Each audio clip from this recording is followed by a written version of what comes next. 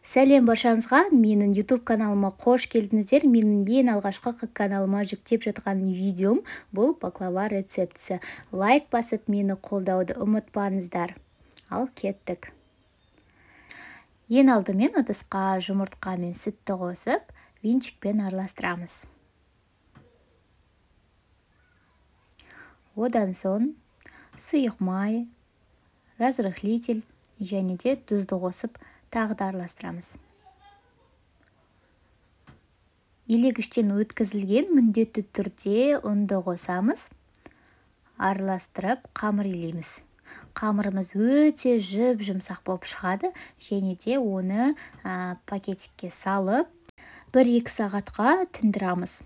Одан соң 10-12 бөлікке бөліп, әрқайсысын жұқа етіп, прям қолыңыздың әр жағындағы доскаңызды көріп тұратындай етіп жайып шығамыз. Присыпка ретінде картофель крахмалын қолданамыз.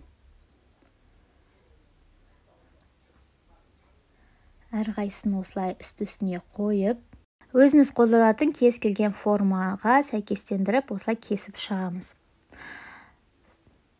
Қалған қамырдың бөліктерінде осылай қойып шығамыз үсті-үстіне.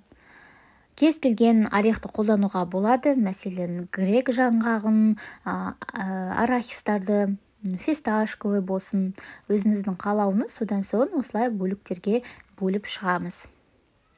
Және де майды ертіп алып, бетіне құямыз. Содан соң 180 градуста қыздырылған пешке 50-60 минутқа қоямыз. Болған соң ыссы күйінде бетіне сироп құйып, және де үстіне орехтерді сеуіп шығамыз.